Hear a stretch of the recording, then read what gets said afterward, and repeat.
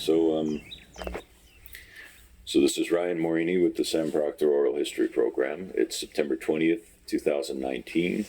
I'm sitting here at the home of Mr. Lawrene Udell in White Springs, and I'm here with Olivia Lafuente.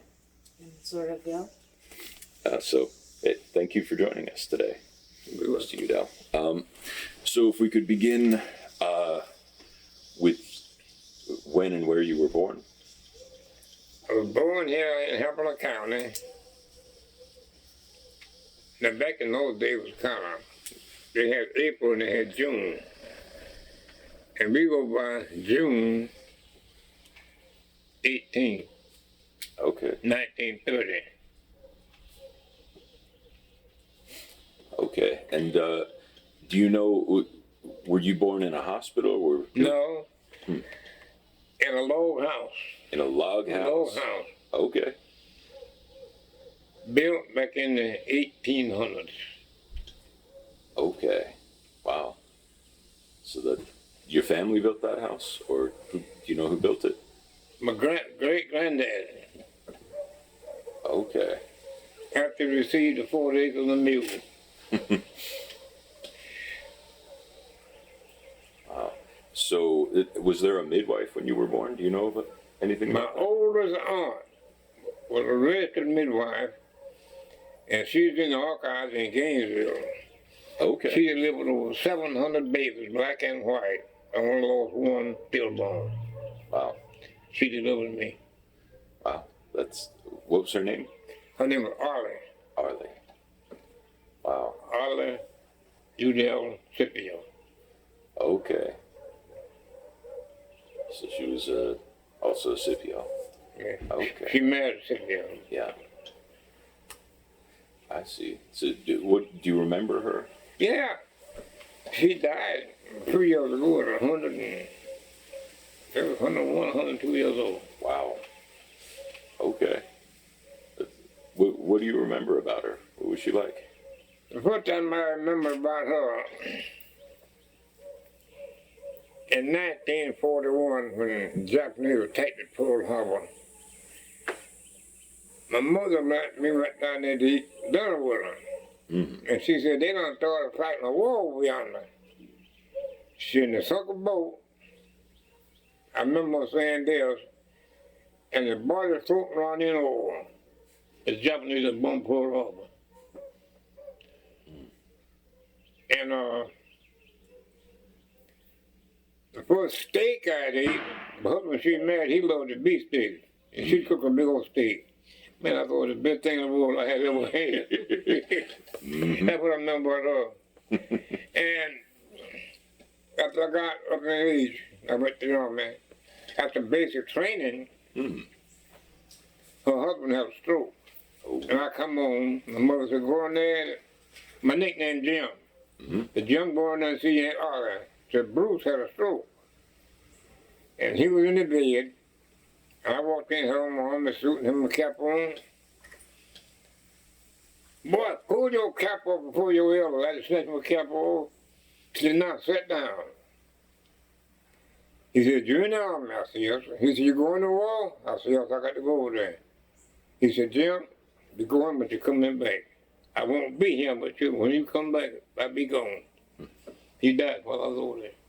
He passed away. Wow. That's what I remember about them. Yeah. And I came back from the army, and she moved to Lake City, staying with some of my granddaughters. She passed away about 12 years ago. Wow. And they told me in the archives in Gainesville, where you could go get that record, that her name was in there. A registered midwife of the 20s and the 30s. Delivered over 700 babies and lost one stillborn. That's impressive. And if you look it up, you'll find her. That's what I remember about her. That's quite a life. So you grew up here in White Springs? Well, I grew up right there. I moved here in White Springs. Well, I grew up like 7 miles from here out there on 25A. 20 miles. And I remember coming down here to town with her They were building the woman's club there in front of Mustard on the curb there. They were getting them big rocks at the road. And I said, Arthur, what's that they building over there? They said, they're building a place for the white women can go, but we can't go. It was women, so I remember that good. They shook me by the hand. And she was my favorite right on. She was my mother's older sister. Okay.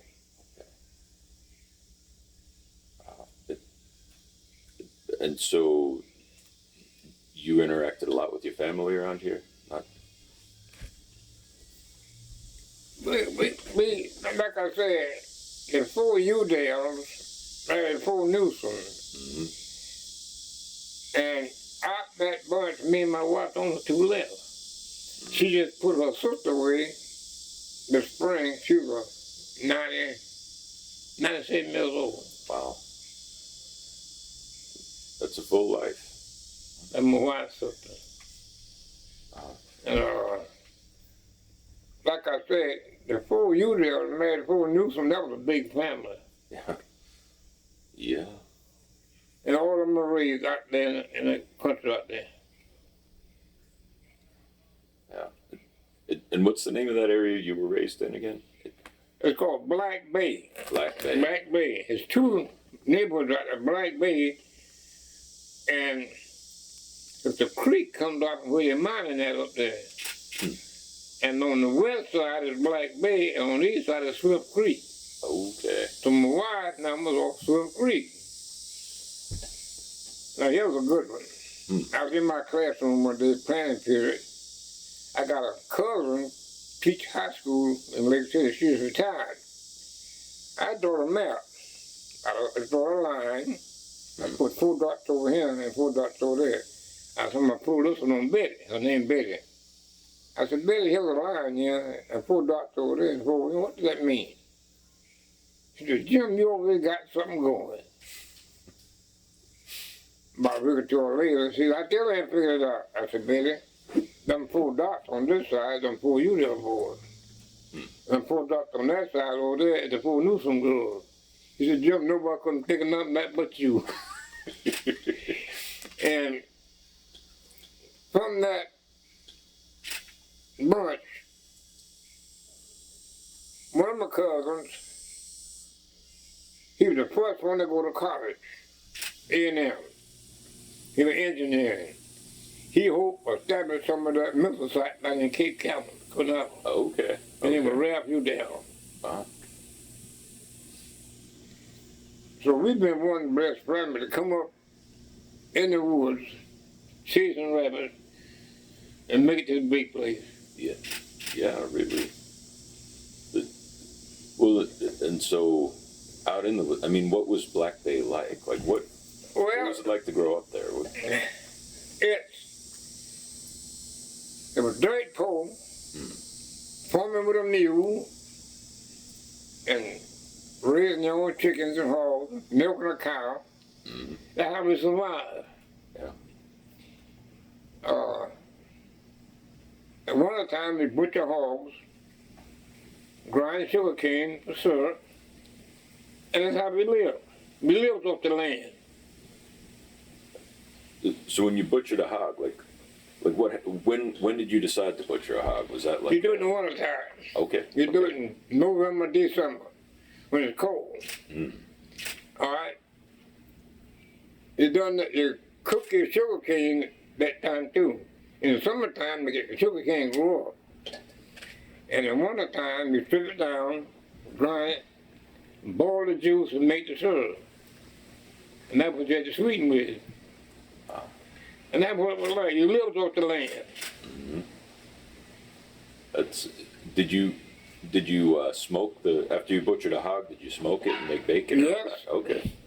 Now, I got my smokehouse built back then. Oh, dude, really? Yeah. Okay. Well, get my short to you. Yeah. Me and my sons, one of them, he's an engineer out there now at PCS at Big Mine. And one son, he's a head man out of a timber company in Lake City. He's a boss man there. And my baby son just made John. And me and my wife taught our kids how to grow up. So I got a friend on this big hardware store in Jasper, and I bought these pressure-treated logs back, and I built my smokehouse back then. Okay. I went to Lake City, and one of my welding boys bid me a plate. I stuck it in the ground. We smoked meat back then. We do a lot of hunting, but I don't no more. And we process pork meat. I got my thing to put the stuff in it and put it in the hams and kill it, and put it in the smokehouse. We got smoker smoke it. You ever seen that? You never seen it done that? No. And Sounds good though. when you buy this bacon stuff like the store that says smoked and cured, it's imitation. But now if you smoke it, but pecan wood, or cherry wood, and have that flavor taste to it, I'm gonna tell you something. That's worth eating. So I got that back there, and this is the main park I'm building out there. Them two great grants we got, I had this boy in Japan order me a hand crank ice cream churn. All you knew was not electric. I said, I want them to learn how to make ice cream like we did. And out there growing up, my grandpa had a couple of milk cows. You ever seen a milk cow? You never seen that? They big there now, they do it by automatic machine. Yeah. They'll hook up about 100 cows down there, and that thing turned out about 500 gallon milk per hour. Back then, you had to get up cold, got a bucket of warm water, went to the cow pen, got in there, you throw a bit of some corn, which you could be eating, you wash them down, you take them, you squeeze up, and milk going on. Then you go in the house, put the milk in a pan, let it sit for about 4 hours, 6 hours, a cream will come onto the top. You skim that cream off and put it in the churn and make butter. That's how we did it. Make a homemade butter. The worst whipping I got. My mom had put the milk in the sleeve, and after about 8 hours, the cream will come on top. Skim it off and make the butter. She had made some biscuits. Boy, that cream was looking good. I got that biscuit through across there. She said, Jim, don't do that. I'm going to have nothing. About 4 biscuits left. About 2 hours later, I went back. I did it again. I ain't doing no more. But that's what life was. Everybody lived off the land out in the country out there. Everyone had their own little farm, had their own cows and hogs, had their own chickens. You raise your own eggs. Only time you come to town now, you have the old store down there, but they get coffee. Now, my grandpa, he made his own sugar. I got a thing out inside that building that my grandpa, he was a kind of like I call it a backyard architect. He'd have a thing about that long, about that big. And fried Lawrene. He had 4 legs on the tilted. When he cooked this the lad of cooking, he cooked it long and stirred. That was the sugar made out of it. In the springtime, he dig that syrup out that barrel and put it on that bowl, the syrup went off, and the sugar was dry. Then he put the sugar in a can. Wow. He made his own sugar. He was a jack of all trades. And that's how we lived. We lived off the land. We come to town on about once a month to get coffee or something like that, and that was it. And on that corner where the house at, in the 20s and 30s, when the Thomas had a grits mill, and made their own grits. I got one out there, grits mill. Okay. And they would Get the corn off the car and shove it right down there, and they put it in there. You tell them how you want it ground. I want ground fine ground and make meal or coarse, half and half. When you get through, got that little slack come on. You get a filter, you sift the meal out, put the grits in the pan and water and cook them as they grits. So actually, like I said, it lives off the land. That's what life is like. White and black, all live off the land. Did you do any hunting back then? Yeah, we hunted coons. Mm-hmm. And my first hunting was my uncle and this same man was from Marvel, Sam McCullough. And the fellow I went south with, C.D. Dawson. They hunted quail. Okay. Me and my buddy, we had our rabbit gun with drum cocker. And Junior was left-handed. And my uncle and Sam them had them fancy guns shoot 3 or 4 times. And Junior said, "Oh, Jim, I'm gonna show you how to get 2 shots when the quails get up." He would put one shell in his finger and one in the gun. When they get up to shoot, he'd break it down and put another in there. My uncle and Sam, they run us out the woods. Me at the time, 2 little so and so. I shooting me. They run us out. After I got up, I was able to get a good gun, and we hunted quail still. I got disabled. Now, quail, that's good eating. You can buy them now, buy quail out the store. Like little fries. And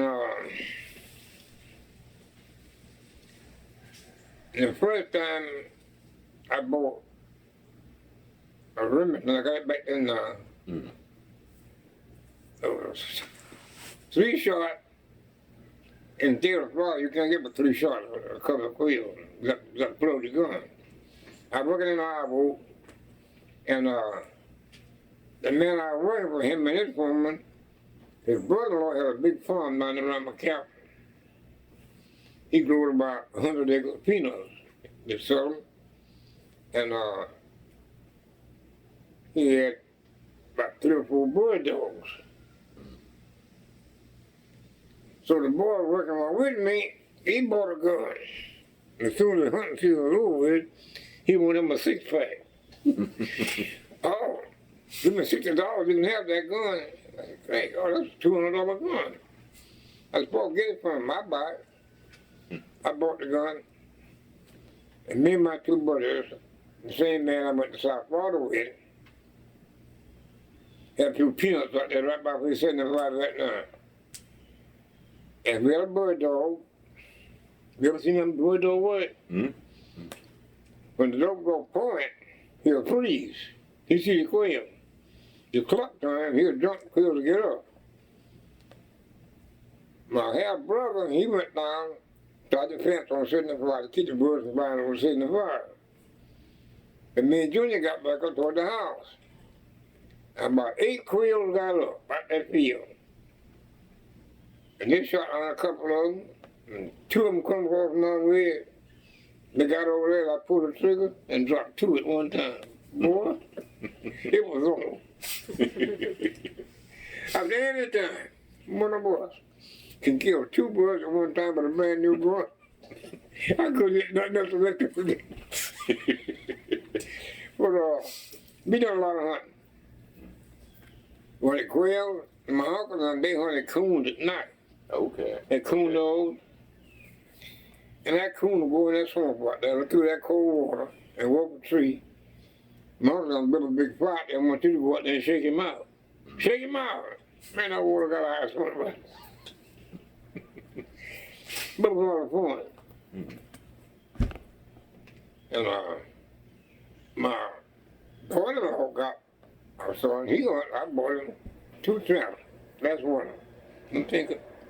And now we trap them. I ain't able to do it no more. We do a lot of deer hunting. Oh, yeah. Both of them come in last week. And my nephew, we had a stand out there. We was in church Sunday. And he got up in the stand and yellow jacket that built a nest up there. Oh, man. Boy, he come out of there, boy, and got like a head more. Ooh, that's no good. But living up here, it's a lot of fun. But now, outside the river, you know, the state of Florida, water man-made board everything, and 2 miles both sides of the road. And to go in there now, you know, I'm certain you got to have a permit. You can't carry no gun. Timber companies boarded up, they logging up, and we can't walk in the woods like they used to. There was none of that back then. It was Nah. just woods and river and all that. But now, around here now, we got more coyotes, bears. Week before last, with my 9 acres out there, my nephew lived right down between 75 plants and my 9. His son worked on the Millennium Field in Lake City. He got a big chicken pen between his house and 75 and look, listen like that out there. He went out there, you know, there's a bear about that high. That boy like 2 hours, got a bear that was really because I was like, come out there, no bear. And my buddy, he had met Sour, and his doctor was down there, so he went down there to the doctor. Had a horse out there by with my cousin there, and he left 2 bales of hay and a sack of feed and a tub of water. And come back 4 days later, the horse laying down there half a leg, you know. And we seen the bear go, they got the game warden out there. And that must have been one of the ancestors that my nephew ran the other day. But we put a bear, coyote, and Florida panthers. Oh, wow. Okay. I got a chicken yard back there. You have chicken? I went back there the other day, and 2 coyotes trying to get in there. 2.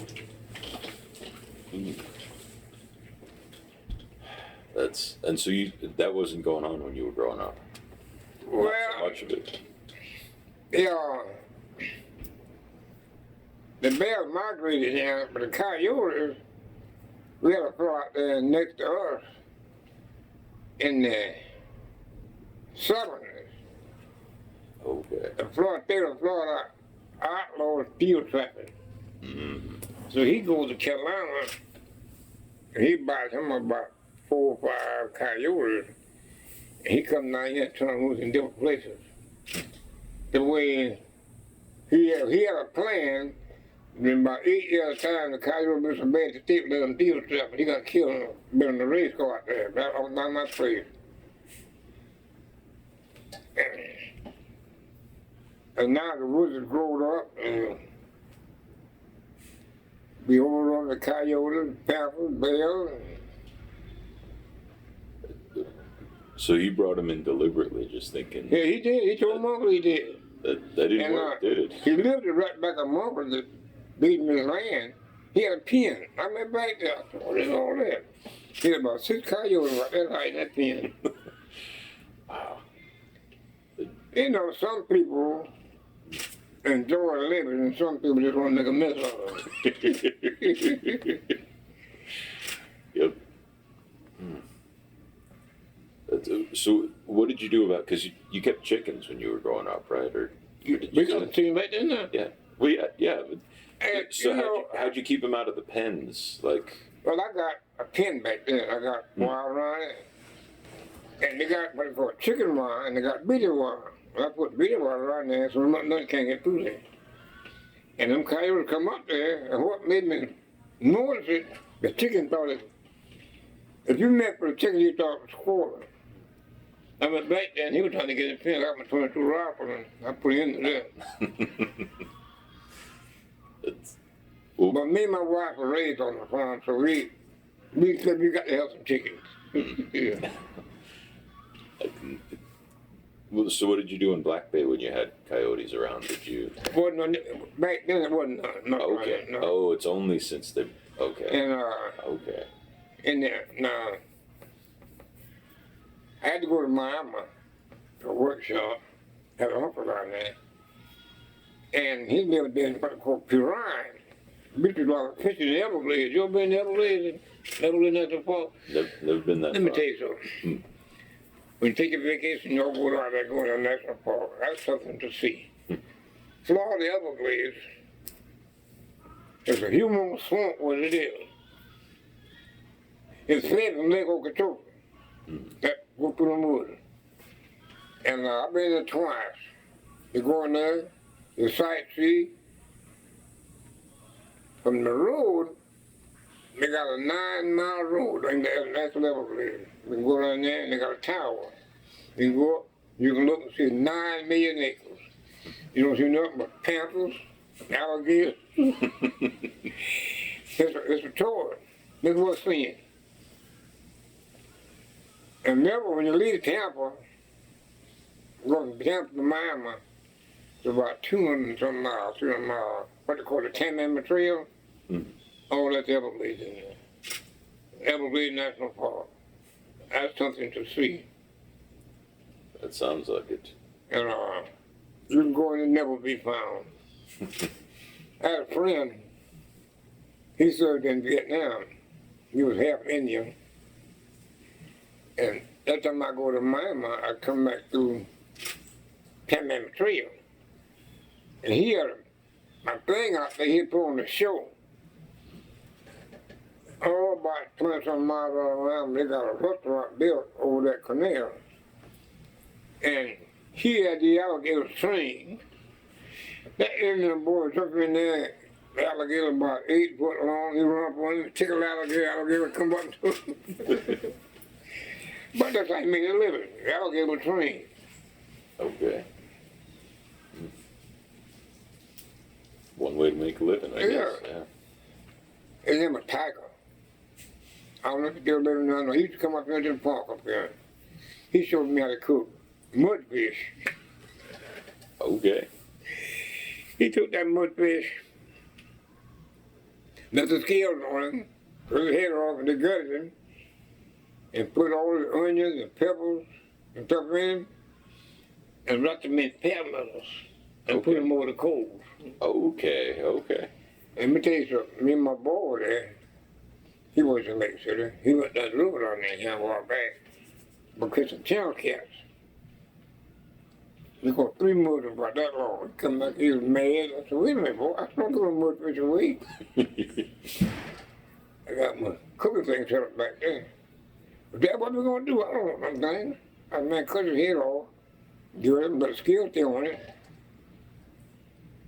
You get some pre-boiled potatoes, onions and peppers, and put him in, and wrap him up, and put him on a aluminum foil and put him on the grill. That sounds good. And then take him off and peel them things off. Oh man. You're making me hungry now. Making me hungry. But live it off the land, if you do it right, it's healthy.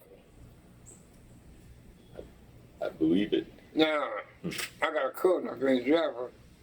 His mother, if you went fishing for brim, bass, she didn't want none of them. She wanted mudfish. Okay. And she'd take him, skin him, chop him up. If she had 3 pounds of mudfish meat, she'd get a pound of hamburger mixed with it and put onion and peppers in and make a patty. Okay. Okay. Let me tell you something. Man, that was some good eating. I believe it. Never heard of that one. No, it's I learned. Huh. You watch back there in the 70s, this old boy to be on TV, you were giving, showing you how to live off the land. Yep. He got that pine bark, I couldn't eat that. Yeah. He was teaching how to survive if you got caught up and wasn't no way back. You can live. Well, did you ever eat any of the wild plants out there or anything?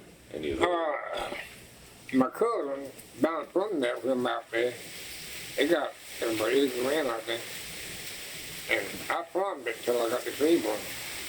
They got something going called wild mustards. You ever seen of that? Heard of it, I think. It looks just like a real mustard green, Okay. but it's grow wild. I'm gonna tell you something, they are good. They look like mustard green. You can take them and wash them up good. Put some bacon in them. Skim them down. Wild mustard.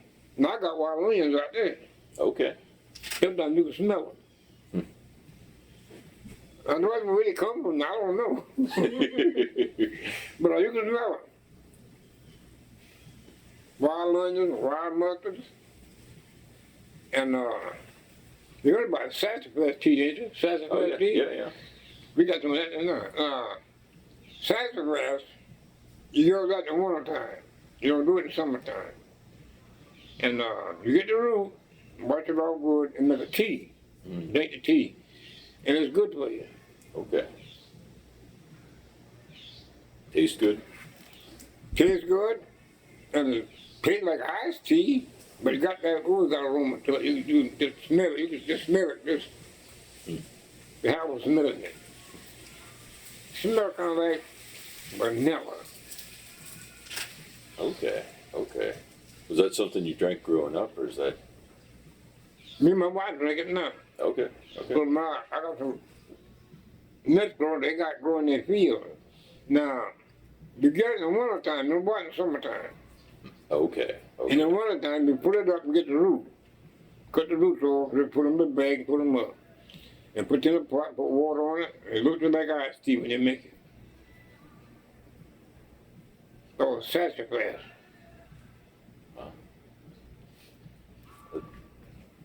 Did you so living out in Black Bay? You were kind of far from town. If you got sick, were there like herbal remedies and things, or did you come to town and see a doctor? No, Or what? that was a good one. I was working a job. There was a lady up there. She was about 2/3 Indian. They called her Mamie Dixon. She looked Okay. like an Indian. And she taught me something. She know, if you got a house cat, I know you want to see this. If that cat gets sick on the stomach, what does he do? With certain grass, they go up their knee. You ever seen that? Now, that's telling me something. The cure is out there. I've been watching the news. You know, sort of news this week about Antax capsule and pill. Oh, let them alone. These pharmaceuticals, they're making all that kind of stuff coming from China and Japan, everywhere else. And they're killing people. Indians lived off the land. Grandpa lived off of it. I'm gonna tell you about my grandpa. His name was Lawrence Udell. If you out there, you cut your foot or stuck a nail or something in it, you got some 10 times to wash it off. He looked and got some spider web and wrapped around it. About 3 times, that thing was healed up. What about that spider? What's in it? I don't know. And there's a bush out there they call a pumpkin. Got a leaf about that big. If you got the fever, you get that leaf, or you got the flu, put that thing, put a rag on it, in 3 days it's gone. And like I said, people lived off the land. And the cure was out there. But we want a quick fix, you know. And the other one I learned, when I was teaching mechanics, I had to go to school in Gainesville, and they were changing over from R12 Freon in the air conditioning to 134. And they claimed that right now it's affecting our ozone, otherwise positive is. That guy, so I told him, I said, look man, I'm out the country, I need to know, what about this stuff? He said, all the exhaust gases from exhaust, from air conditioners, leaking out, you can't see it. But it gets up in the atmosphere and it's throwing ozone. So extra sun rays are coming through. That makes sense. And he said something then, you know, I'm from Black Bear, you got to show me. He said, 60 million tons a year going up into the atmosphere. I said, oh man, I don't believe that. I come on back, I had my 9th grader, no, 12th grader, and now now to do a survey. I pick out 2,000 cars from Hamilton County, and leak it out 2 pounds of freon a year. Now that's 2,000 pounds. I would go to Valdosta and get 10,000 cars. And nationwide, the man was telling the truth. All this exhaust gases, stuff getting in the atmosphere, he's saying it's throwing those on. I said, well, I ain't satisfied yet. I said, how does that work? Your human body got cancer. The white blood cell completely toward the red blood cells and cause cancer. He said that the freon gas goes up to toward the ozone, extra sun rays come through. That's why hot it is. I said, no, that makes sense. Now they got a group this week up in Antarctica trying to figure out why the ice cap melting. I might be out the woods, but I ain't no dummy. You know, it makes sense. So the bottom line, we destroying ourselves, trying to live happy. But that's the way it is. Hopefully we can change something about that, but that's... Well, we always look at it. We ain't gonna quit riding. We wanna ride cool. And the more cars on the road than there's ever been, the exhaust gas is going up there. That's true. What are we gonna do? If I knew the answer, I'd already be putting it in place. But Yes. Well, how many people had cars when you were growing up? Did a lot of people have them, or was it... Well, a lot of people out there then, yeah, but now they're not. Because since January, in my family here, we done put about 9 of our family members away. This young man right over here, the city, he's a worker, he's my nephew. Said a week ago, put him away, put him away Saturday, and the baby daughter had a stroke Monday. Wow. And 4 months ago, put my wife, sister away. We put 3 nephews away. And me and her the only 2 left. I'm going on 98 days. I told her, I said, man, you left me for a purpose. To teach the young people.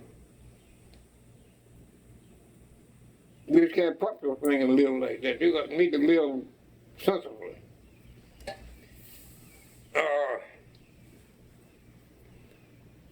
I got a granddaughter, she's a Vietnam vet.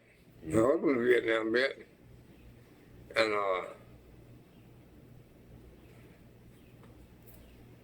she wanna go to McDonald's, they don't wanna cook. Them children wanna live off the brown bag. I said, go, you need to teach them children how to, you know, one day you might get caught and there's nothing to eat, what you gonna do? So I grew up and like I said, you lived off the land and you had 3 a day, or 2 in a piece. There's bacon, grit, sweet potatoes, and sweeten our coffee with my granddad had homemade sugar. And you know, the signs of the time kind of catching up with us.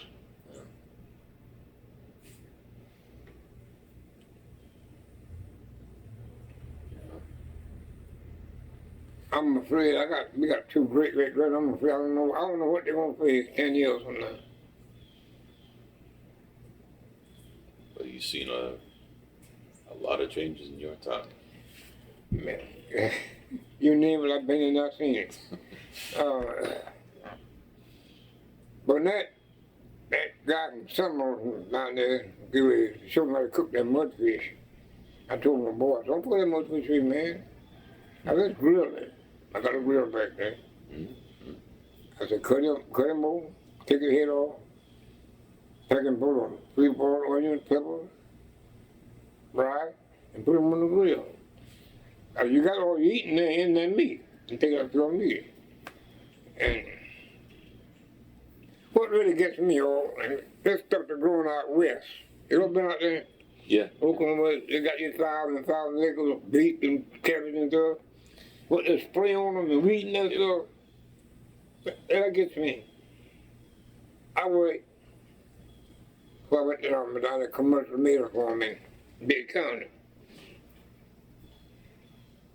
And I was driving a big tractor for a 500-gallon spray tank. I was spraying DDT on them tomatoes. They put them flags up and send them off to them. You know what DDT is? 19 hour milk. All I would do is spray it on the grass, kite the grass, and I would eat DDT. What are we gonna do? But here's what I learned. Supply and demand. The market demanded and supply is gonna get it there, whatever it takes to make. And that's what we're living with.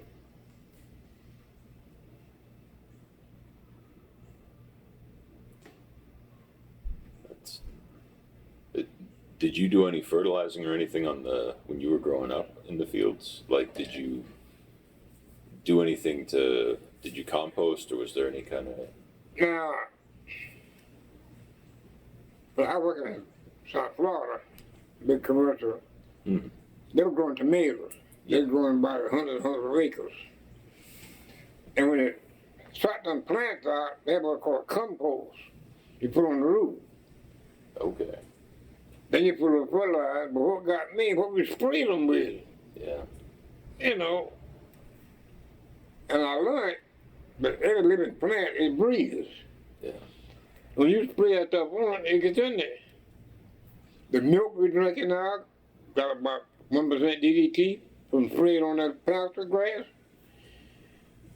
And we got to live with it or go off the clip and leave it one or the other. And now my granddad back when I was little, he would put horse fertilizer in the can of potatoes. Back to the horse lard, scoop it up, put it by the root there, it's growing. Now that was a lot different than commercial stuff we got. Very different. And it worked? Yeah, it worked. Yeah.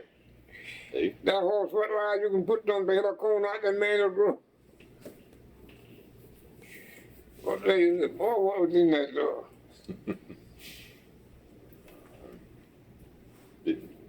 Did you eat a lot of fish growing up, or was it mostly the Fish? Yeah, man, we got some fish. We fish in them creeks, the river. In the river, we put out what we call set lines. Set line, maybe a trot line. And I was working for Proctor down there. And Friday evening, we put a set line, a trot line in the river. Get the boat and tie a line to the tree on this side, go across the top of it, and put drops on it. Put a piece of bacon on it, and go out there next morning, boy, catfish, bread. And one Thursday morning, my nephew, he dead and gone now. But the line just jumped in the water. Paul said, Louis, pull it up. He pulled it up, but go right down. After a while, come out here. I saw your turtle about that long. Paul said, cut the line, Louis, cut the line. Paul, I want it. You cut the line. No turtle come out, Bill hug out the boat. Paul said, Louis, cut the damn line and eat the boat. But in that river, you got a sawtail turtle. That's the one with the sawtail. Me and my wife love them things, boy. She can take them out in that meat, stew it down. Now shell is soft, so they score it. You get all that black stuff off, and put that meat and put it in the grill and put the stuff on, onions and peppers. Ooh, man. I get home with all that. Yeah. But we live on the plain. And I be doing all the fish now and then, boy, now let me put line down there, catch catfish and we caught them 2 muds the other day and he was gonna throw them away. I said, man, don't throw them things away. I said, cut the heads off, take the entrails out, and pack them full of peppers and onions and pre-boiled rice and some seasoning, put them in the room and foil and put them on the grill. Take it off, peel it, knead it. I'm gonna Have a good cool. You don't do that. But, you know, it's more healthier for you when you live off the land. Yeah. More healthier, have more fun. And when you go to McDonald's now, all them places, you don't know what you. That's true. It sounds like you were getting exercise growing up. You were out there working and walking. Oh yeah, we and coming up, we didn't have a tractor. My uncle had bought a horse, and that horse had come from the racetrack. His name was Tarzan. Boy, that thing could pull a plow and run away in a minute. I was what they call busting the middle in some corn. Out there we are putting this park out now. And all of a sudden that horse jumped, boy, about that high, plow in, I look, thought my little righty jump. There's some snakes out there called a court whip. He's real long and thin, and they'll stand up on their tail. Oh, okay. And this court whip was trying to catch that lizard. They run right down the road between the horse jumped. By the time I see him, I went one way. And boy, that was growing up.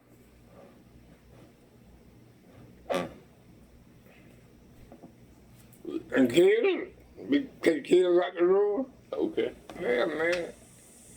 The Lawrence wasn't big cold out there. He was about 8 foot long. They dragged him out with his truck, skinned him. And I didn't know Gator spell was so good. But we lived up the land. How'd you cook the gator?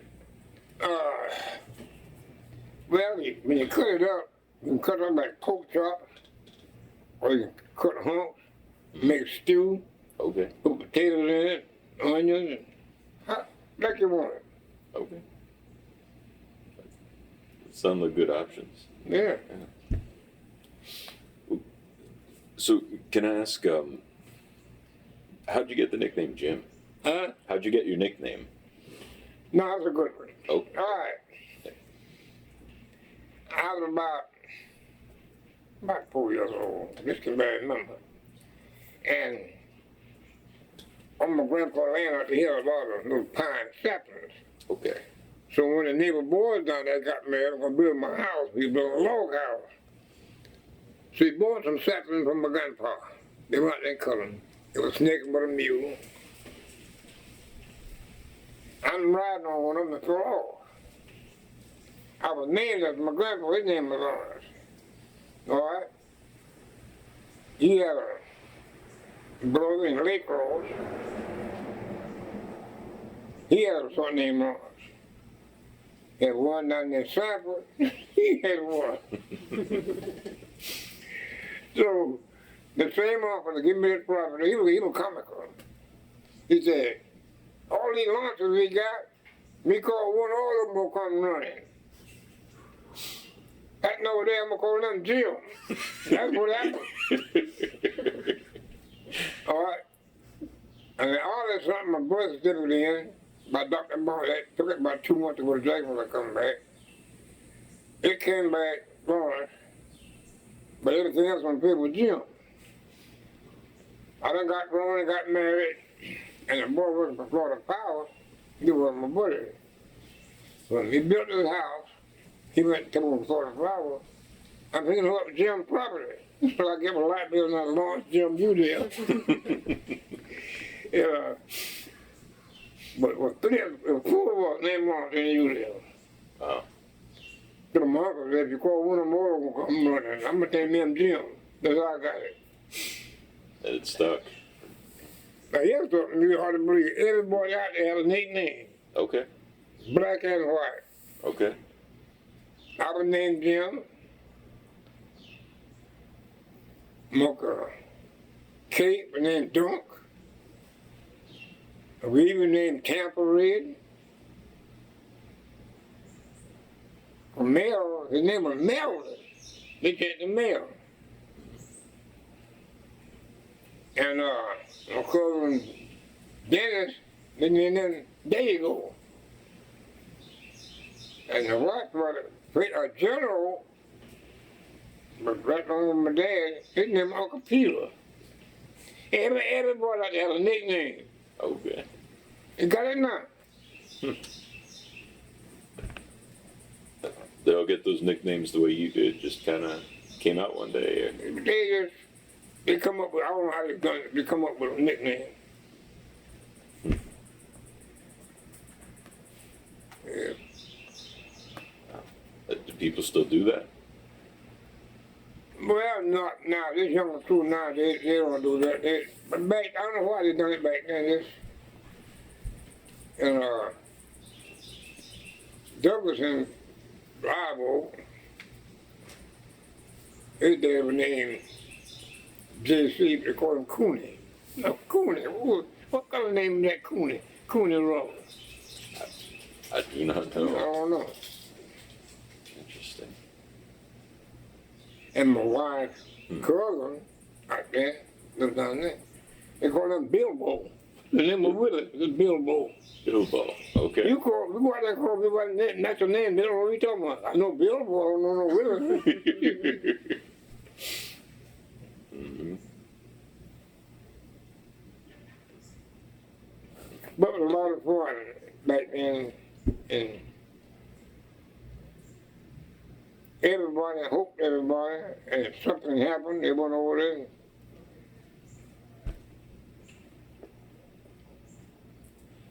So I was wondering about that. Like when you butchered a hog or when you did something, did people all come together and kind of work on it? Yeah. Okay. Yeah.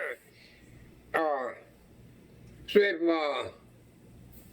Grandpa gonna kill hogs Monday. He killed all of them, and everybody come over. And they butchered 5 or 6 or 7. They went 200 pounds a piece. And you got a big strike, killed the cooked strike, man. They put water in that thing, put flour in it, and get that water just right. Now, hear what they did.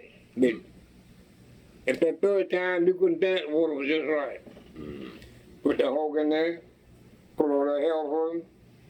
They basically put him right you ever seen. Then they take him out, cut right back there, and put that gammon stick in him up. Gut him, take his head off. And my grandpa, he killed his own meat. I got some stuff in there now that I bought. I got a book. There's an old country store. Coming to Tennessee up there. You can buy everything now they had back in the 20s. You can even buy a horse and buggy if you got the money. I look at the other day, they had one in there, I think for $8,000.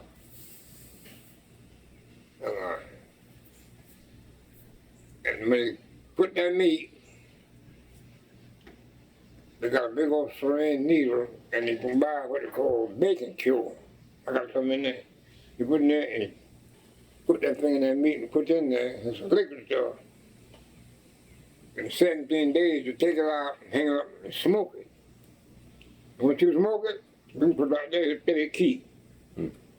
You smoke with hickory wood or even pecan. Okay. That sounds good. So did people ever come together to eat when you were growing up, or what was the? Yeah, They have a hog killing, Okay. a cane grinding, Okay. peanut picking. Now, my neighbors over there, they was on highland, they grew peanuts. Our land out there lowland, we couldn't grow peanuts. You had to grow what they call a chupa. Now, chupa is a thing, it looks like grass. Okay. But it's got a little brown thing on it being the ground like a peanut. It's sweet. He'll put fat on the hog, on cowpoy ears. So my granddaddy grew a chupa. He couldn't grow peanuts. He was around too low. As I said, they live off the land, they know how to do it. Okay. And he grew his own sweet potatoes. And he did it until got disabled. And when you dig them, you put them in a bank. Go out there somewhere, make a circle, put some pine straw in there, put the potatoes in there, get some bowls, put over it, put dirt over it, and they keep. When you get potatoes, go out there, open the door and get one. I have one back there. Oh. Still use it? One of my neighbors, he bought a potato bank. He down the street down there. Walk out with some potatoes. That's why I stopped that. I got him some flour. Put all around and put in there. I put the wood out. I got strychnine on potato. He told the boy, I just jumped trying to kill me. I broke that up. We had a lot of water. But,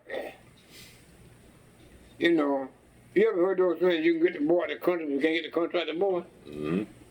That's me. I've been in town, I've been back country. And it was a lot of fun and a lot of headaches when things happen. Somebody just after they bought it pitched in. We do it now. I got a group, two of my boys and one of my doctor boys, when things happen, they come in and cook. They cook that Saturday. Okay. One of my cousins, boys come in from the army. And they fry chicken, they cook ribs, and they cook pot de palo. And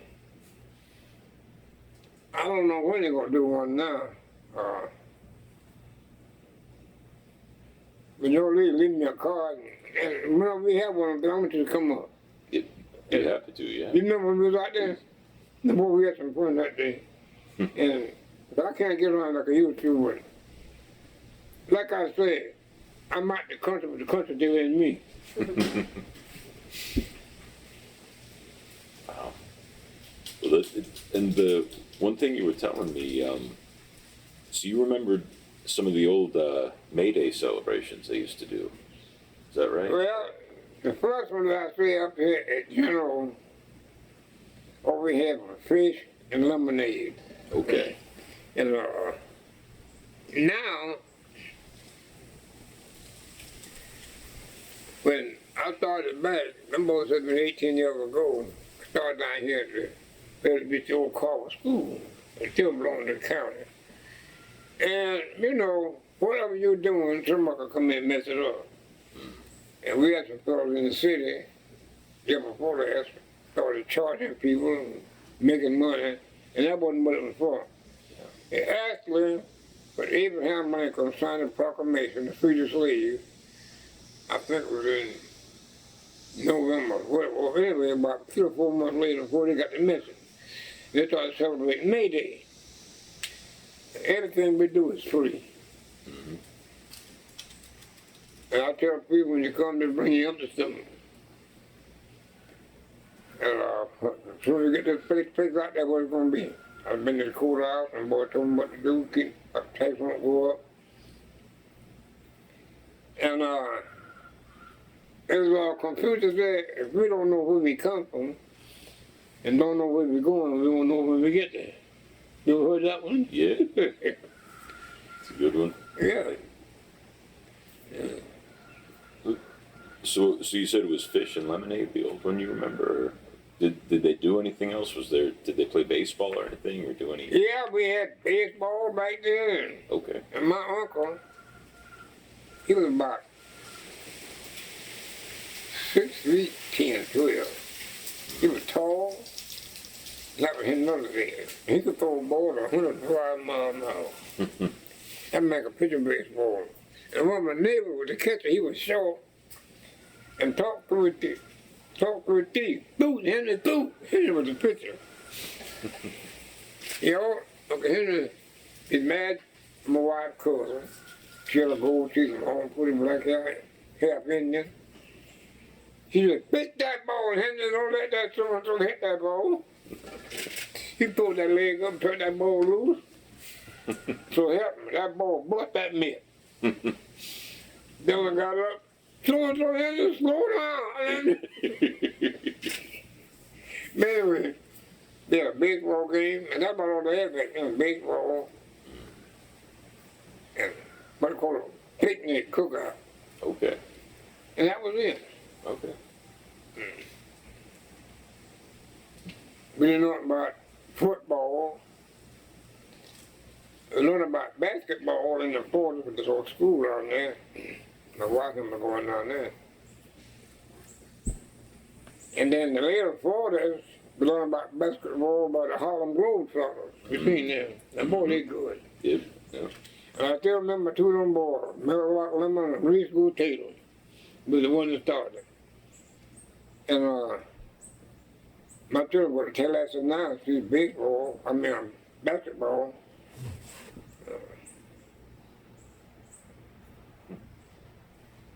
Now football done took over and got to be a money game now and all of that, you know. Yeah. It's different. Who'd the baseball team here play? Did they play around like? Well, we have a team here in White Springs and had one across the river over there, Springville. Okay. Had one in Fargo, Georgia.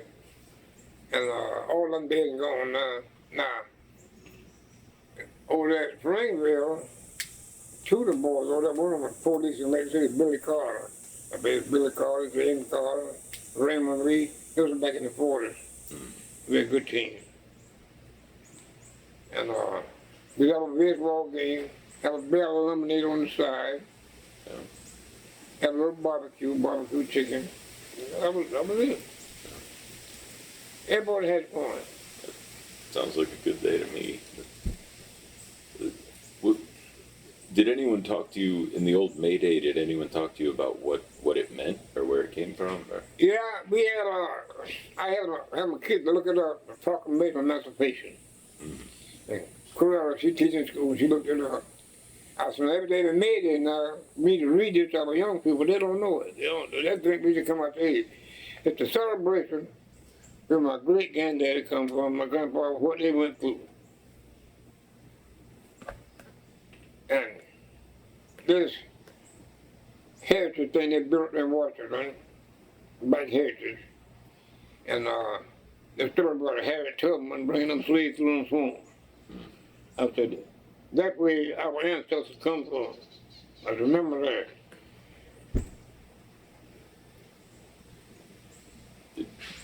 Did you ever hear any stories about your grandfather or your great-grandfather from those times? Or? I got a call on a letter here about a year and a half ago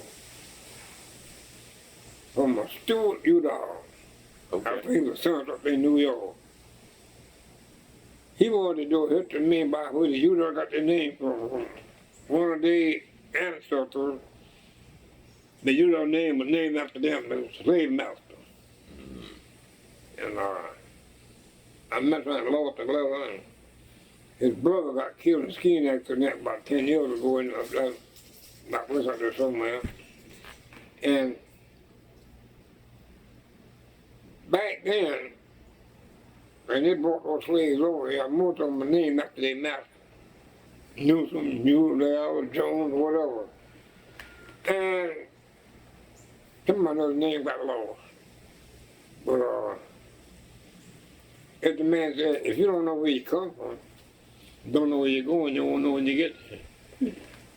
I was told that. All right. Now my wife, the ancestor was Cherokees, Indians.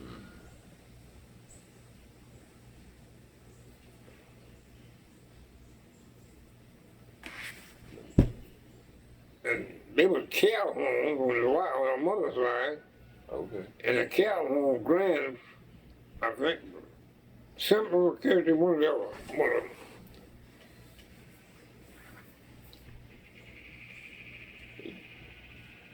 Were there a lot of people with Indian ancestry around here? Or? Yeah, that I got in the house a table. Okay. That when we moved in that house, a couple was living there, and he was about 2/3 Indian, and he was light skinned, blue eyes, and he would sit down like this. If he was in his laugh, he kept a 30-inch special right, put on him. His name was Deborah Brown. His mama was half Indian, the brother. And one of my wife's cousins out there, he was 2/3 Cherokee, and he was Eddie Michael. If you're going on 2580 across that creek, that hill there was named Jim Mike Hill. And he'd come up there right now, y'all sitting here, he'd stop out there and live inside that tree. He wouldn't come up. He wouldn't deal with nobody. The Indian. And he had a daughter, went blind. She was born by one another.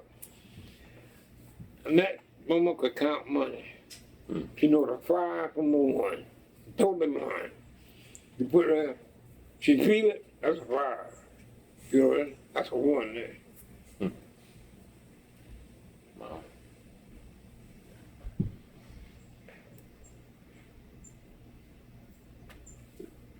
So, I think you told me, were you were 16 when you worked in turpentine for a Yeah, little bit? yeah. See that pine tree there? Yeah. Yeah. Now, me and my wife, when we got the property moved, and I saw 5 of them out there come on. Brother-in-law, they worked at a big timber company. They were setting these pines in the woods. He come in, he bring a bunch of them. But saw 5 of them out there twice, and that's the only one live. I got a cup on it now. My children asked me, Dad, what is that cup? I said, well, you don't know about that cup. And see, if you go out there and skin the bark off the tree, something start running out. Put it clear. It's 10 times tall. During the 20th, 30th, and 40th, that was a high commodity in the South. Tar heel. We dip that stuff. They take it down. There's a place in Valdosta. One in Lake City, they pay $100. Which would be there. They process that stuff. Put in paint, and you make a medicine out of it called turpentine. It's clear. Because of fever and all that kind of stuff. And the manufacturer put them making plates and stuff. And so when I shot that tree out, you can go out there and take something and skin it off, walk over, that stuff will start running out, put in clear. It's 10 tall, 10 times. Now, back then, that was a going thing here in the South. They call them tar heels. But he worked in turpentine. And but Uncle Mike could throw that baseball. When they come up down here, you what they call it chipped. You took the chip off, and they got up there, you pulled it. And he was such a man, that puller, he could go up to that and catch this side going, and go and catch the other side going, and never stop. They hired him for to be a puller. Wow. Takes some strong arms, I guess, right? Oh yeah, he was much on the hand. Yeah. And that stuff would go out in a cup. I got the cups in the bushes out there. It's in the red round clay cup, but I built them behind. I would call it tar cup. Okay. That stuff would go in there, and they would take a dip out, put it in the bucket, and put it in the barrel. Okay. And they found out later that they could make more money by taking that tree and making paper out of it. Like these big paper mills, make paper and boxes like that. And that turpentine was good for medicine too. You have a fever, You can rub that stuff up there, and 2 hours time that fever gone. Living off the land. Yeah, really. What was the work like? That was hard work. It wasn't hard, but it was people don't that kind of work, they call them a tar heel. Oh, you old tar heel, you? That means it's trying to make you be disgraceful, but it was good on the living. Yeah. So you didn't want to keep working turkey time after you got it out? No. Yeah. Now most of the farmers out there had a 4-acre farm, they had some pine trees around the farm, and they do their own thing and haul it off the market. Extra money, they said. Okay. And if you're working for a company, they had like 200 acres of land in the woods out there, you work for them.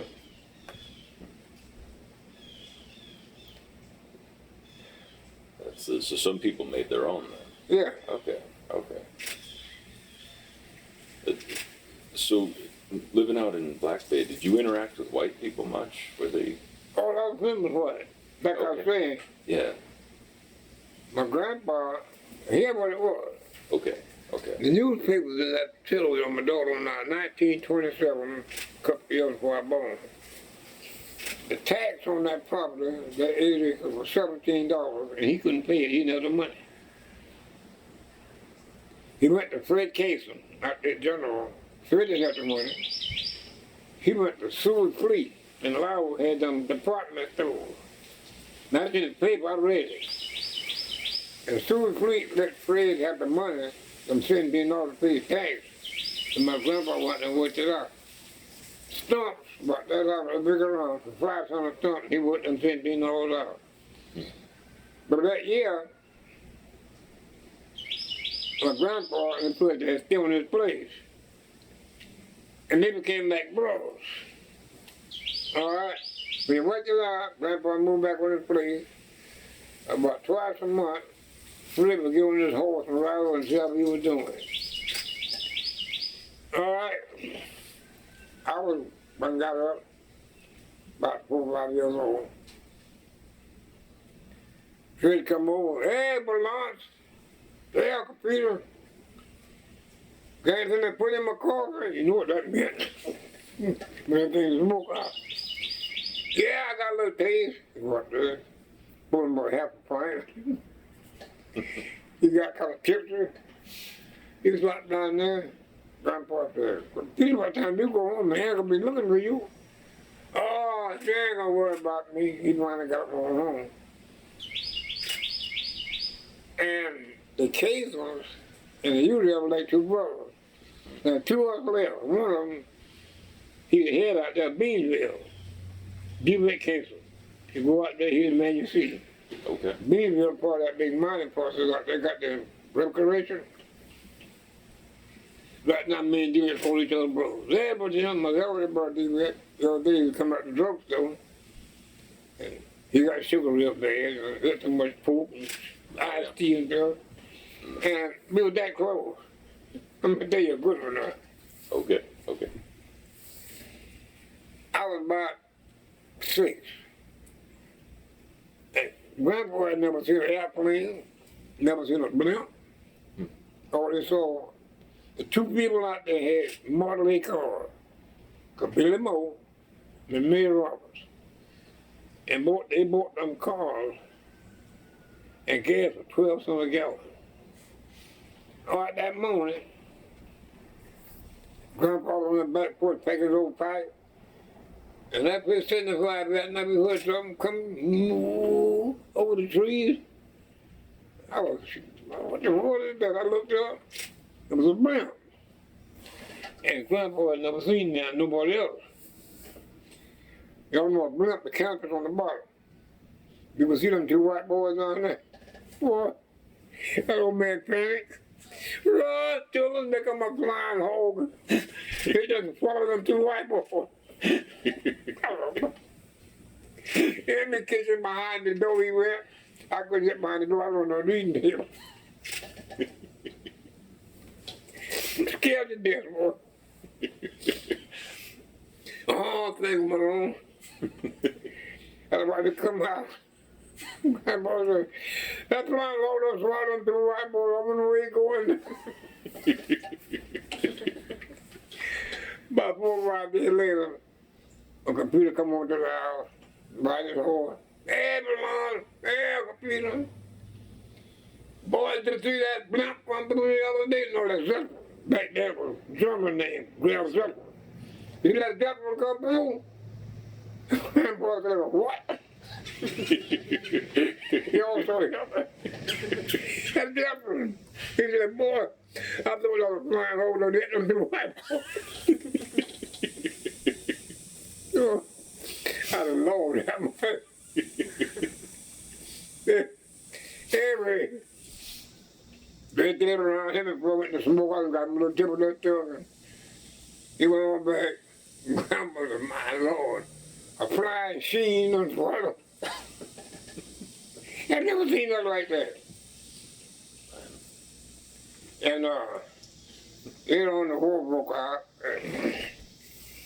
And them people out there, back there, sell robots, but selling two-tone radios. Mm-hmm.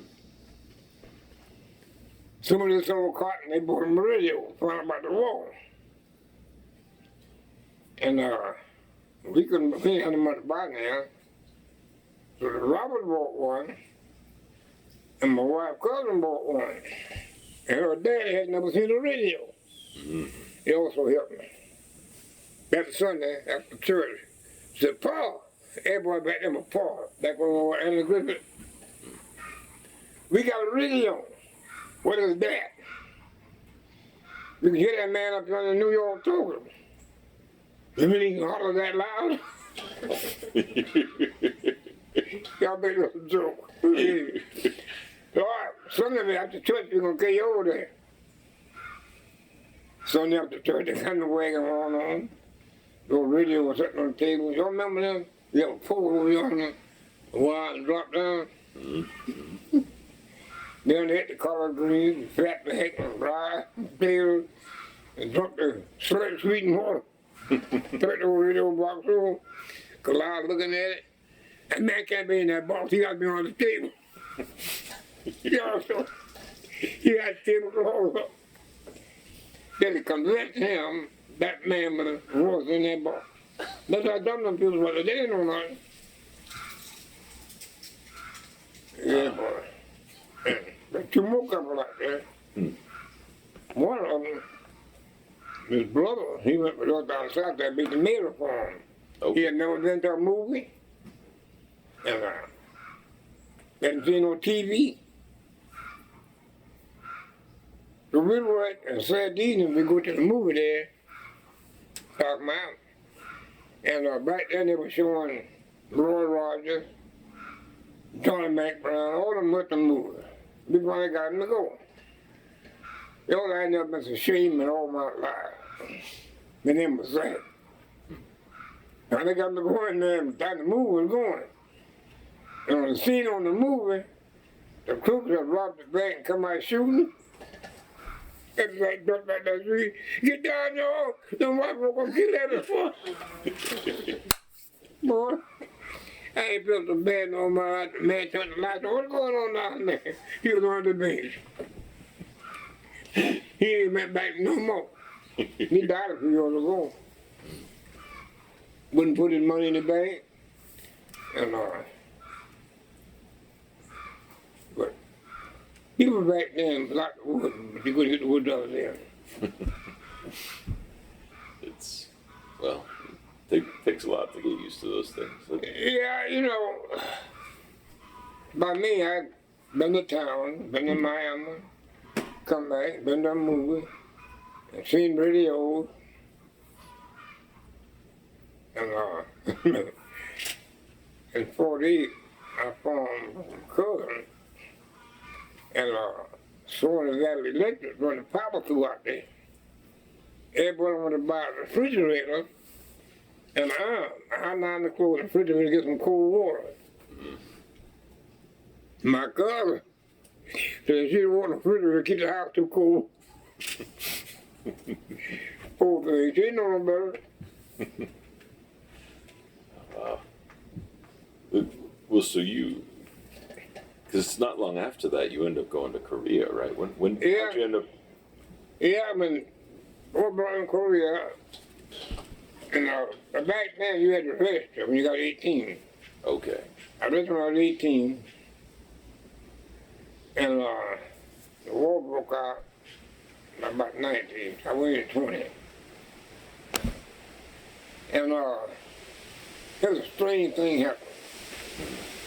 This boy from jail and me and him had been worked together, clubbed together.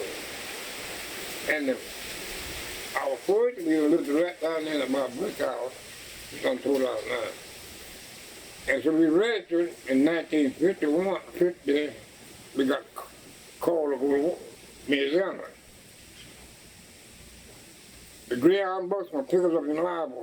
All our people carried us over there. And about 13 or 14 of us. From Jasper, White Springs, that boy in the brick house by my wife cousin. And you know, sometimes the Lord show people things.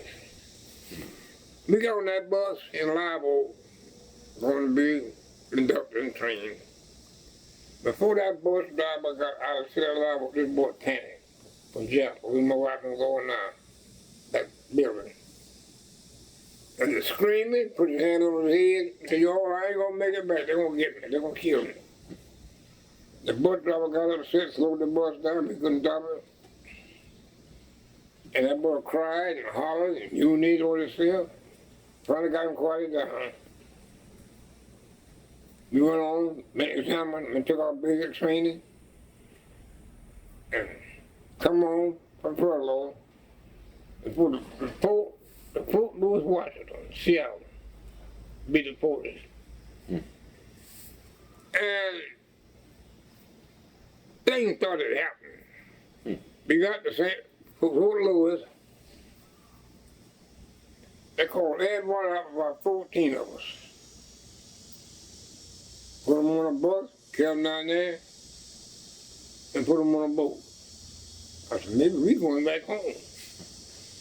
Come back and called us out, 13 of us, get your bag, and go to the airport. A big two TWA flight. Make a long story short, we left Seattle 9 o'clock that morning, 9 o'clock that night, left in Tokyo, Japan. That place in freezing lightning. And I didn't know at the time, but what to do, you go into the military, they give you a test, MOS. You look at it, what you score the highest on, whenever they put you at. I scored the highest on mechanics, and Booker T. Brown scored the highest on operating machines. We got to Korea, they put me in that famous trucking company, the Red Ball Express. And they put him in engineering. He wasn't there 3 months. But then they dropped the age right now, the heat on him. And things started happening, and I really didn't know what was going on. But sometimes the master was bull, you know. All right, I was putting this outfit, and I didn't know who they were. You know, it's like they take you out and put you in Washington up in the White House, and you don't know what up there. You be following what they do. And the company was part of the 24th Division, Black Division in Europe. When the war was over with, they shipped them to Japan, the occupation. And in that group, the famous trucking company, they named themselves the Red Ball Express. They made a movie about them. Like did the Red Tails. And I scored high on mechanics, so got in Japan. They took us down through Hiroshima, Yokohama. We was on a boat, the next morning I was in Busan, Korea. I said, boy, this flat thing really lightning. And they picked us up, they gave us a briefing, told us where we were. Said, it's different culture over here. Then you ain't gonna see no dogs on the streets. And you come up to you and hand in here, hey, G, I want a baby loose. Just ran him over. He got a bomb in the coat. Lord. Well, now, took me, carried me to my company. I was asleep on the ground. That morning, the man got up, like he's going bear hunting, boy. He's going to have to send you back for some training because you can't run with us. I didn't know what he mean. We said, you can't run with us. They took me back down to Seoul, to Beaumont College. I was through 6 weeks of specialized training. I learned how to drive that on my truck, uphill, downhill, no brakes, no lights. In the last test, they put 3 barrels up. And to back that truck up in the dark, Pugh Hall hit that barrel. When I done that, he said, you ready? I found out I was ready too then. Holding ammunition to the front line. Blackout at night in the mountains. My cousin left that house down there. He was in artillery. He was holding him 155 hours at that shelter, that big around by that long. There was 80 of them in the back of that truck. Looked like sitting in the can of gas with a match. All right. We were there 2 weeks. His sergeant got killed. After about 3 weeks, my boy built that road for us, then dropped the deal on it. I said, boy, I'm gonna make it back home. All right, we got a call to make a desperate rescue. These boys have been pinned down without sea ration, about our ammunition. The tanks have been burned out, and we had to go get them. I played on Proctor Hill. I'm riding shotgun. And got in there, circled the wagon, on the back, and then Sergeant Allen. Then 5 minutes to get on them so we get out of there. If it starts out, on my right flank, oh Lord, I know it was, the mortar. I said, Lord, if you get me out of here and get me across that big water, I'll do what you want me to do. Now mortar hitting that truck. We got out. About 2 weeks later, come to man with someone made to the tent. Corporal Udell come out. He said, I don't know what's going on. But I got a call from Washington to send you home. Tell me about that. I said, when? He said, now. Turn your weapons in, get your pack, so that I'm going to take you down to the port. All right, done that. Now how they got that big boat up in that boat, I don't know. For 4,000 troops for the crew. Wow. And I was on that 3rd day, we coming through the Sea of Japan, I was on top back just looking. Every time I was walking, he walking sloop with it. I looked like Joe McCown. That's the boy in that big house down there.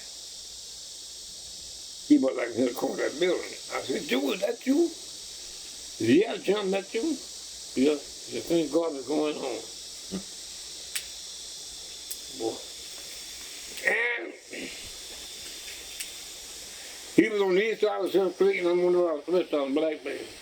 Only 2 coming on.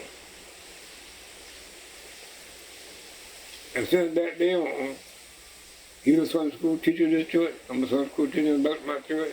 Me and talk about it now. It was like the role model. Let's get out of there. And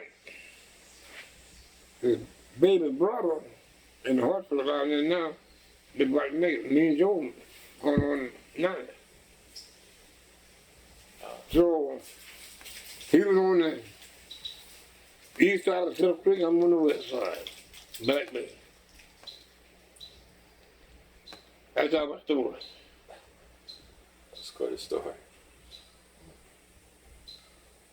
He didn't finish high school, and I didn't finish. Because his daddy had him in the woods cutting them things on the railroad, cross ties. I was in the woods dipping territory.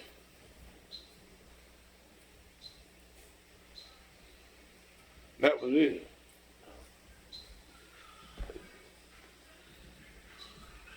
Was it tough to adjust that you were coming from, from out in the woods, and then now all of a sudden, like, you're coming through Seattle, now you're in, like, all that travel and all the things that were going on? Was that difficult at first? Well, both of us had been to mine when we seen the big lights. We were kind of, what you call it, hill. When we got to see out of that morning, them street boys were waiting on us. Yeah, I said, yeah, I want to have a good time. I know, no. I said, I might be out the woods, I ain't doing. You know. And what Confucius said, if you don't done what's right, you'll fall for every man's thing. And I look at my young people now. In fact, I was once in church Sunday, I said, now y'all young growing up, you ain't got your foot to it, you don't know what's out there. I see waiting on you. And I said, I done been through what I know.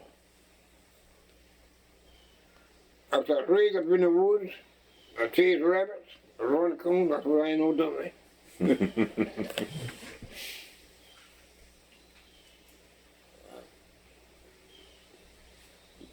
So when you came back, you ended up, that's when you started working as a mechanic, is that right? Well, when we went to Jacksonville after the examination, they give you an MOS test. Okay.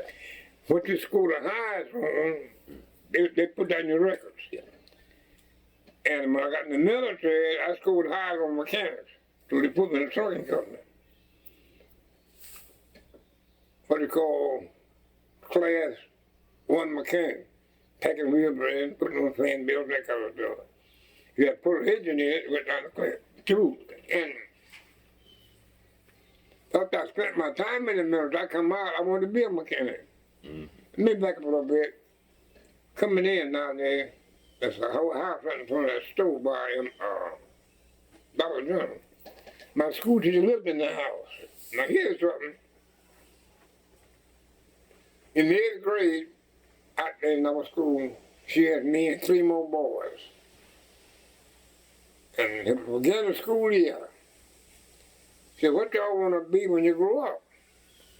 And during that time, the state of Florida, 4th Division would cut fire breaks in the country on them 69. And this guy was on board in that big crawler off that truck. Said, what y'all want to be when you grow up? Her name was Sadie Turner. We watching the guy go to the tractor. All else, I want to be a Texas, I let that man on. I'm going to jack it up and let it down. That way you bet you can see it. And my buddy that I raised up with, he said, I want to be a carpenter like my daddy. So they said, I want to be a truck driver. What you want to be, Jim? I said, I want to be a mechanic. I want to know how to fix cars. He said, may God help y'all do it. After our military told, she done retired, and she's in the house down there. Her husband working that boat down that park down there. And one day I had to go into the office up there and run some papers for a test for mechanic. Ellen Davis, our secretary, had some papers on her desk. I looked at them. I looked again to 6th week of school. 1946. I said, what? I said, where you get that from?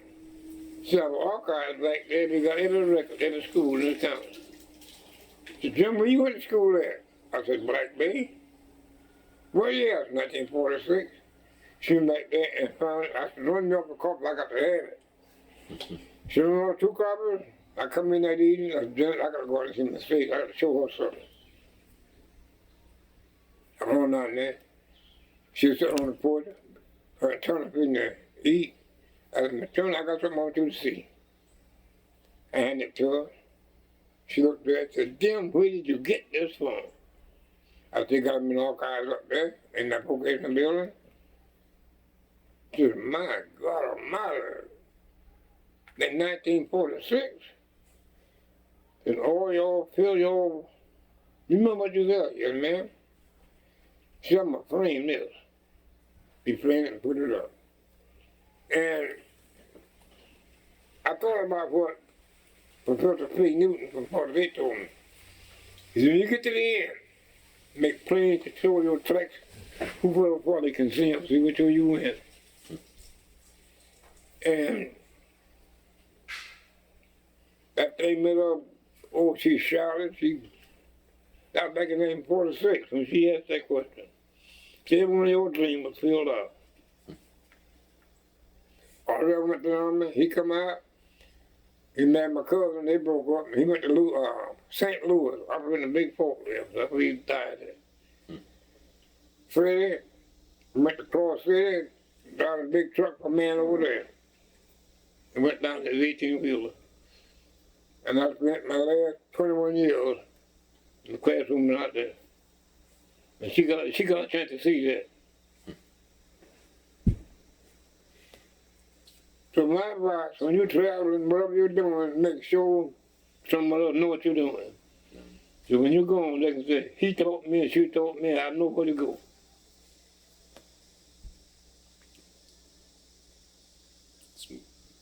Yeah. Some good advice. Yeah, but I loved it, you know. And I look back, I said, nah, somebody, a good funny one. My uncle went to the army in World War II. I didn't have no shoes. Mm. He had been in Miami. He had a pair of Space Adams. Oh. Back then, that shoe was $10. And when he left, he said, Jim, you can have these. I wore 10, he wore 9. And I tried to wear them. I got to school that morning walking through the woods. My feet was on fire. Miss Dave said, Jim, them shoes right there in the wood, I had them. Pull them off. I pulled them, they don't put them on no more. All that was growing up.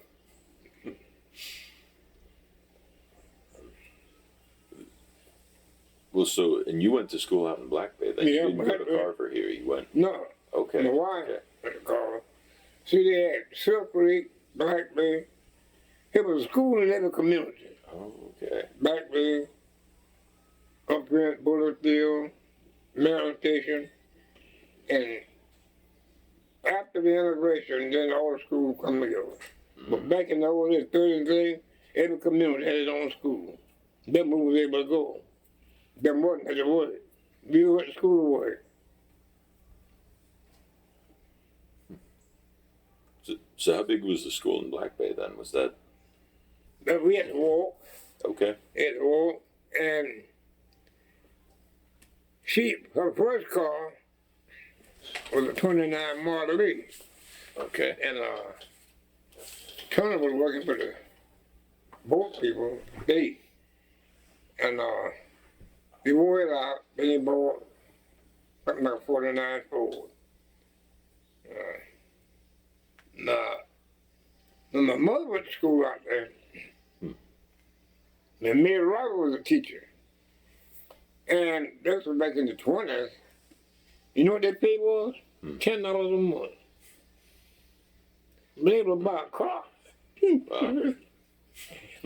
And gas was 12 cents a gallon. Wow. That'd be nice now. But Don't push it now. Because there's a mess going on between Iran over there and they got talking more talking about gas was going up. Oh boy. Plenty works on people's mind. Iran's gonna bomb the Saudi Arabia, they're gonna bomb the oil tanker. Tomorrow morning, gas go up 3 cents. yeah, no, it's true. I'm gonna tell you something. Them people on Wall Street, they don't care about them poor people. They're looking at dollar signs in there, that's all they want. And I was in Iowa, my man Billy told Mark. He said, all them people in Wall Street know is nickel, dollar, dimes, and cents. That's good.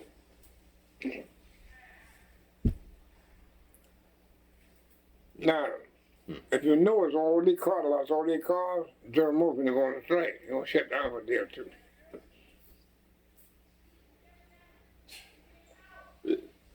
And so you're just talking about Live Oak. When did you move over there? That was after you got back? Well, had that problem I told you this time, yeah, and the man, Man, try to get me to move. Foreman. Once you move over here, Jim, I don't have to put a driver. I said, man, I'm all right. And Jack wasn't but 400 gallons back then. And the pay was pretty good. Okay. But I loved it over here. I loved it black man simply. You know, you ever heard the old phrase, you can take a boy out the country, but you can't take the country out the boy? Yeah, might have That's heard that one. about the way it goes. Yeah. So Live Oak felt too much like town to you, I guess. Well, Too now, Live Oak was built in an alley. And downtown Live Oak was down in there. Every time they get a flood and water be up, you might have seen it. Okay. I was over there when that storm door come through in 60, what was it? And downtown Live Oak, water was above the things. I had to come over every line, couldn't whoever come out night to come on. And couldn't go back on a week. Wow. And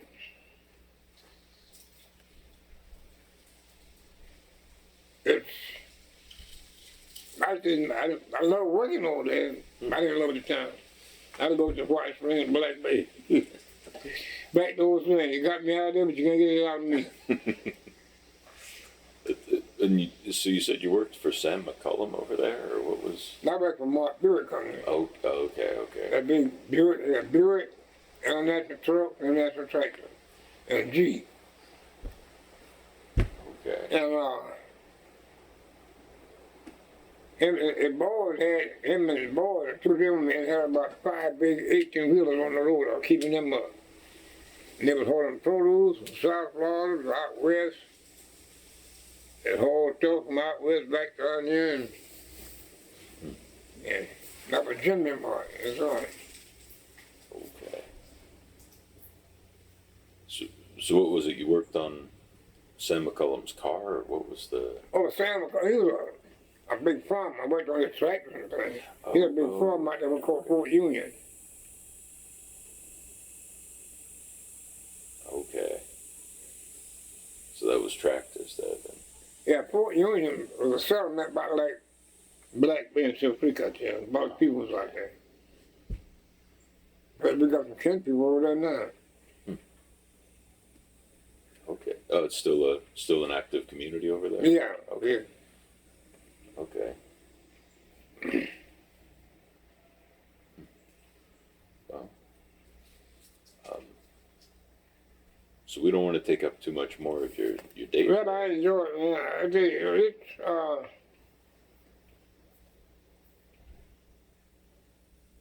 my boys, my son, now the one that's in our military, I'm a baby boy, he done made John. I told him the other night on the phone, I said, well, I got to salute you now, He me about a big phone like that. And my grandboy, when he finished high school last year, he said, Granddad, I'm gonna be a pilot. I want to fly one of them jets. And then do something with his eyes, and he come on about a month ago. Granddad, we'll be fueling in the air. I said, boy, we talking about to get gas out up there. Couldn't believe it, you know. And like a 3 in the Navy. Mm-hmm. Well, I'm finna retire. And I said, y'all worried about what's going on over there? That girl said, Granddad, I got a computer in front of me. So I can run my hand close that screen, he'll be history. I said, don't do that, girl. You know, I keep up with technology. When I was teaching, the manufacturer kept me up. I had to go to school at Ford Motor Company, John Motors. And that's what I learned about global warming. And when the man told me about 60 million tons of rubber going to the air, man, I'm from Black Bay, I can't believe that. But I sat down and figured it out. Each car from exhaust gases Big about 2,300 a year. I used to take 1,000 calls in Hamilton County, 10,000 calls in Gainesville County, 10,000 calls in Bellows County. I said, you go nationwide, it's up there. Yeah. Then I said, Mr. I said, I'm going to come to, I need to know how that works. He said, when a human being got cancer cells, the white blood cells contain the red blood cells and store it. He said, all this pollution goes up and store the ozone layer. As the sun rays come through, I said, that makes sense. If you keep putting flour and milk in dark water, it's going to turn white. It's that simple. And, you know, when you really figure it all out, it adds up. It's true. But, But it makes life easier though, don't it? and it does. Well, yeah, I was thinking if you still wanted to show us that, the smoker in the back, we'd be happy to take a look at that real quick. If it's not ready, we can see it another time or something. Yeah, well, so I took a spill the other day, man. Okay, yep. My wife went to city hall and come back. I went to go to the hospital. It hit my shoulder. That's no good. Well, I'm an automotive man. When you buy an automobile, it's brand new, everything is perfect. But keep driving it. Mm-hmm. Tires go flat, fan belt break, oil need changing. Same with the human body. When you get about 90 years old, you can't jump no fence no more. You can't do 25 push-ups either. But I enjoy this. Me and my cousin Live, he said, Jim, we got to do a book. I said, boy, about me and you and Black me. And he was the first black kind of commissioner in Tony County when he come up in Vietnam. His helicopter was shot down. 4 vice boys were killed. That's one called Douglas. Okay. And my other cousin, he went to college. He established all those missile sites down here in Cape Canaveral. So me and Deborah, the only one didn't go to college. They went to college. From Black Bay. Wow.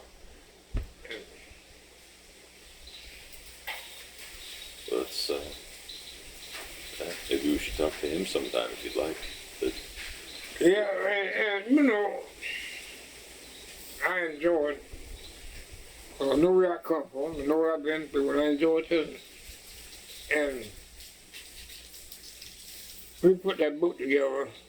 My niece, she was a nurse, and all of us got together here in White Springs, in Jasper. We want to make a history of Hamilton County. mm-hmm. And sometimes they come back out and make comments all of that. And our people went through some hardships. Lord, we live it like we live. And like going to town now, like we in town now, they didn't go down about once a month. Huh? They go over twice a year. Mm-hmm.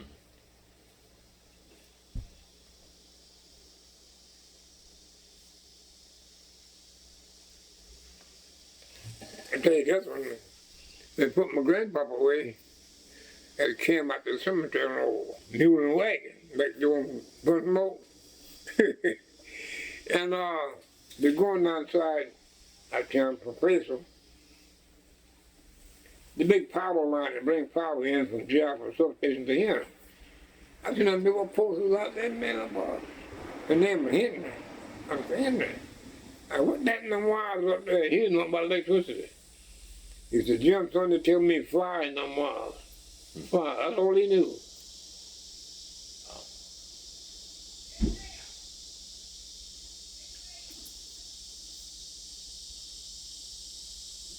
You have you know about electricity? My grandpa had never seen a blimp or airplane. I had never seen a radio. That man can't be in that box. He got to be on the table. funny now, but you know that's what it was back then. Yeah.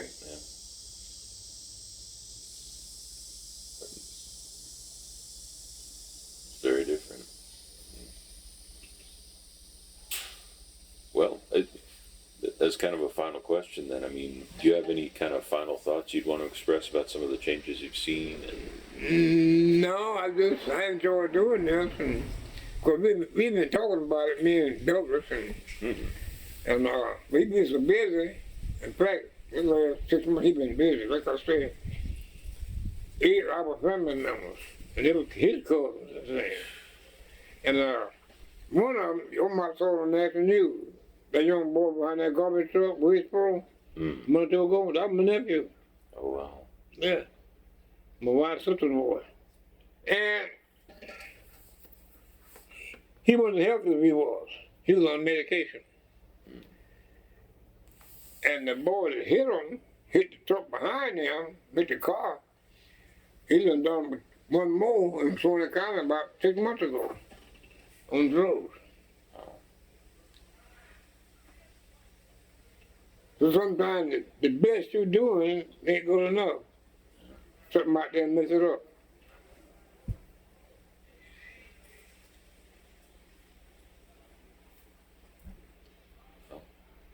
Oh, we thank you for sitting down with us. Well, you know, me and Butch been talking about this the last long. I said, boy, somebody need to know where we come from. Yeah. Now, I still say it again. Confucius said, if you don't know where you come from, don't know where you're going, you won't know when you get there. Yeah, that's true. It is. Well, hopefully this will help some more people to know, I guess, huh? And there's one more here. My wife's cousin, she's sick, man. She's 90 something years old. We can't talk to her, she don't want to know anything. And my wife, other sister we put over way back there 4 months ago. She was 91. And I'm going on 90, Jack on 88.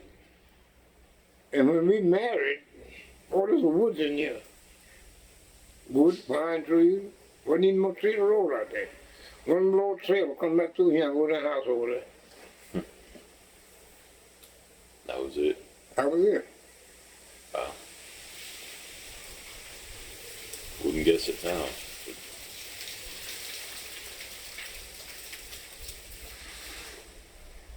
Well, thanks for sitting down with us today. I'm glad to do it, man. Glad to do it. Hey.